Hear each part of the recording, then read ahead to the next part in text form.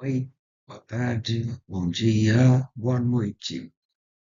Hoje nós vamos mostrar a vocês uma comparação entre todas as técnicas de bloqueios do plexo braquial para o membro superior, né? Para a gente fazer um planejamento das técnicas que nós devemos usar para a gente obter sucesso. Eu sou o Dr. Cunha, tá? E vou apresentar esse trabalho. Bom, eu sou médico anestesista, tá? Do Instituto de Ortopedia e Traumatologia do Hospital das Clínicas, da Faculdade de Medicina da USP, e junto com o doutor Adilson Ramage, que é o coordenador deste serviço no IOT, nós vamos fazer essas comparações. Então, quais são os bloqueios principais que nós fazemos, né? Nós vamos ver as vantagens, desvantagens, né, de cada um deles e as indicações, tá bom? Então, vamos iniciar então com o bloqueio interescalênico.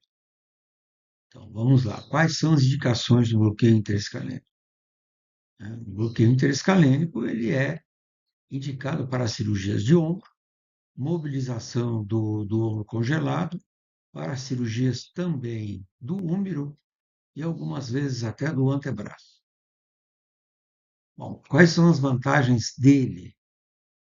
Ele tem uma propagação proximal em direção aos nervos supraclaviculares, que faz parte do plexo cervical superficial. E ele pode poupar o tronco inferior, né? Lembre-se que o tronco inferior, nós vamos ter um nervo ulnar, tá? Cutâneo medial, do braço e do antebraço. Então, você pode poupar esses dois nervos. Muito bem, mas quais são as desvantagens perante os outros? Bom, a principal propagação é para o nervo frênico. Todo bloqueio interescalênico ele vai bloquear o frênico. O frênico fica muito próximo da raiz de C5, né?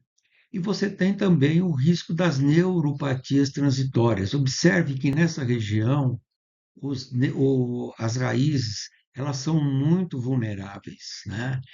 Muito vulneráveis. Por quê? Porque elas ainda têm muito líquor dentro deles. Por isso que a imagem deles é escura, né? Certo? E outra coisa, nessa região passam vários vasos nervosos, né? Que pode haver hematoma. Outra coisa, a raiz de C5 nem sempre vem bonitinha no espaço interescalênico. Às vezes ela aparece perfurando o escaleno anterior. Muito bem. Preserva, então, o tronco inferior, como nós já falamos, né? Então, isso é uma grande desvantagem, porque se você quiser fazer uma anestesia no território inervado, né, pelo nervo ulnar, né, e os cutâneos, que também saem dele, você não vai ter uma boa analgesia, né? Aliás, você não vai ter analgesia nenhuma. E os efeitos secundários é o seguinte: a dispersão do anestésico local, ele vai provocar síndrome de Horner, bloqueio do nervo laringeu superior, né, pela dispersão que ele vai fazer para o sistema nervoso simpático. Muito bem, vamos passar para o outro tipo de bloqueio, que é o bloqueio supraclavicular. O bloqueio supraclavicular, também conhecido como a hack do pescoço. Então, ela serve para cirurgia de ombro, né? Principalmente se nós bloquearmos o tronco superior, né? Se a gente bloquear o tronco superior e a gente observar, né, se há uma dispersão para o nervo supraescapular. Tá? Se não houver, nós temos que bloquear o nervo supraescapular que sai do quê? Do tronco superior. Muito bem. Ele serve então para a cirurgia de braço, antebraço e mão. Tá? Ele serve para qualquer tipo de bloqueio no, na região do braço, antebraço e mão. As vantagens dele. Ele serve então, como nós já falamos, vou repetir, para cirurgias de ombro, se o tronco superior for bloqueado com baixos volumes, né, e dispersão para o bloqueio supraescapular, ok? Muito bem. Qual é a desvantagem do bloqueio supraclavicular? Tá? Pode haver uma dispersão para o nervo frênico, se nós fizermos um volume maior, né? E pode provocar riscos de pneumotórax e punção vascular. Assim como, né, o bloqueio interescalênico, né, nessa região é um verdadeiro território minado. Passa várias artérias nessa região, como a artéria cervical transversa, a, supra, a subescapular, e ela passa nessa região. Então, vocês têm que observar sempre, né, se essas artérias estão no caminho da tua agulha. Muito bem. Agora vamos passar para os bloqueios infraclaviculares. Nós temos o infraclavicular clássico, tá? E o bloqueio costoclavicular. Aqui também nós podemos, dentro do infraclavicular clássico, nós temos a técnica e repetir que nós fazemos, né, acima da clavícula. Vai ter um vídeo próprio para isso, né? Quais são as indicações do nervo do bloqueio infraclavicular? Tanto para o infraclavicular como o costoclavicular, as indicações são as mesmas. Ela serve para a cirurgia do ombro, quando você bloqueia o supraescapular. Então, esta seria uma alternativa para, bloqueios poupadores do frênico. Cirurgias de braço, antebraço, mão, com bloqueio do nervo intercostal. A vantagem dele, né, é que ele é uma ótima para colocação de catéteres, porque o catéter ele fica entre o peitoral maior e o peitoral menor, né? Muito bem. E como eu já falei, né, se ele pode ser um bloqueio poupador do frênico, né, uma alternativa para bloqueador, para o bloqueio do frênico, muito melhor que shoulder block, etc e tal, né? Tá? Um bloqueio específico para o nervo axilar o, e para o nervo subescapular. Qual que é a desvantagem do infraclavicular? Bom, o infraclavicular, a imagem é mais difícil de fazer em pacientes obesos, tá? E mulheres com mamas grandes. Também para aquelas pessoas, né, que praticam esses, esse aumento de massa, né? Esses halterofilistas, esse pessoal que tem um peitoral muito proeminente, né? Então, isso aí torna difícil, né, a punção. É bom esclarecer isso, isso daí tudo vai acrescentar quando vocês forem fazer a escolha. Muito bem, o bloqueio costoclavicular, ele serve para as mesmas indicações, tá? O costoclavicular, ele é feito logo abaixo da clavícula.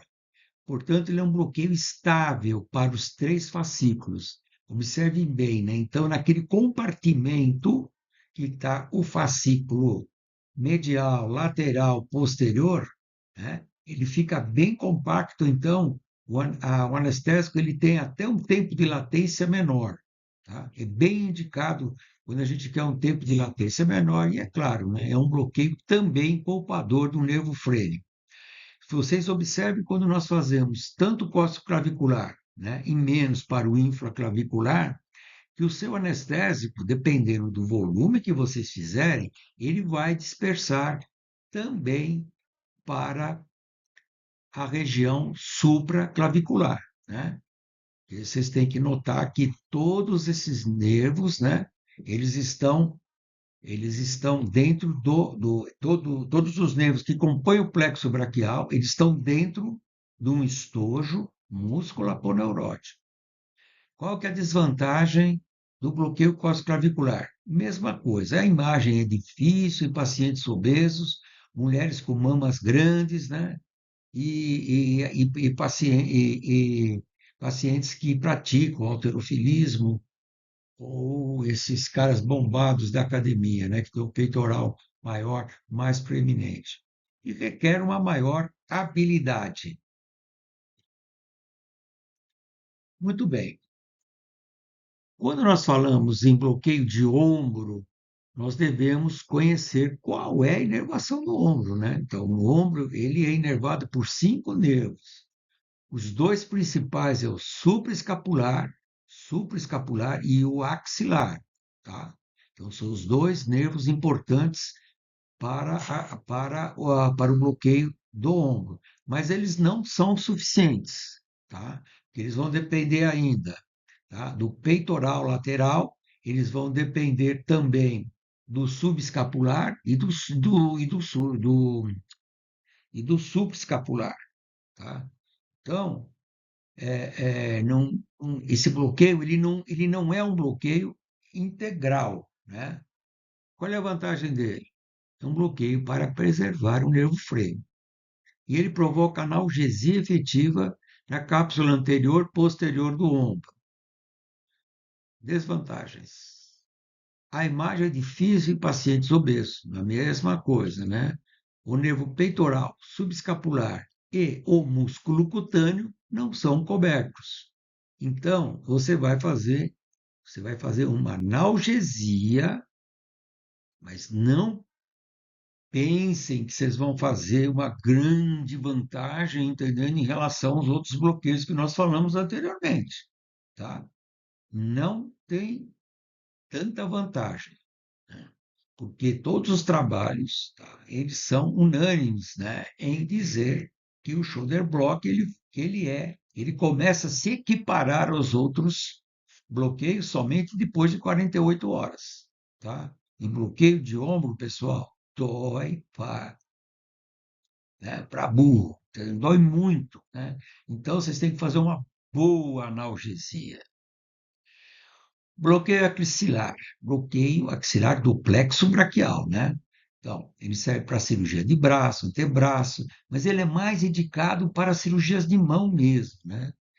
Então, é necessário um bloqueio do nervo intercostal braquial, né? Se eles forem colocar garrote. Aliás, todos eles, né? É interessante vocês bloquearem o intercostal braquial. Um dos bloqueios que nem sempre eu faço intercostal braquial, é quando no bloqueio interescalênico, o tradicional, né? Então, às vezes eu não faço. Por quê? A região medial do braço, ele é inervado por T2, tá? Que não faz parte do plexo braquial. Mas quando nós fazemos o bloqueio tradicional, às vezes a dispersão do anestésico ele pega T2. Muito bem, qual é a vantagem do bloqueio axilar? Bom, o bloqueio axilar é o primeiro bloqueio, acho que todos os residentes aprendem, né? Primeira coisa que eles aprendem é fazer o bloqueio axilar, principalmente quando eles estão no pronto-socorro.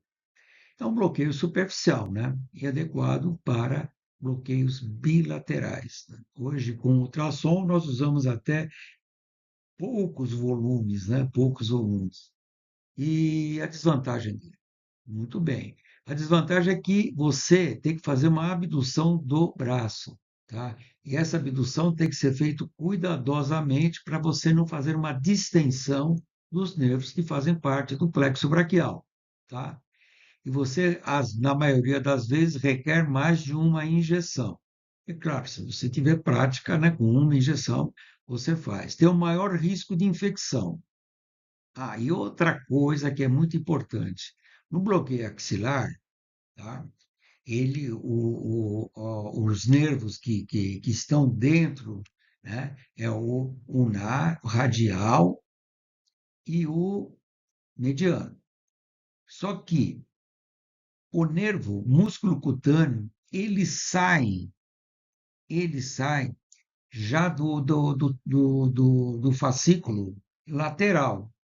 Então, ele não faz parte desse estojo músculo aponeurótico que nós temos insistido e falado bastante, tá? Então, a gente tem que bloquear o músculo cutâneo entre os dois músculos, coracobraquial, né, e o bíceps, tá?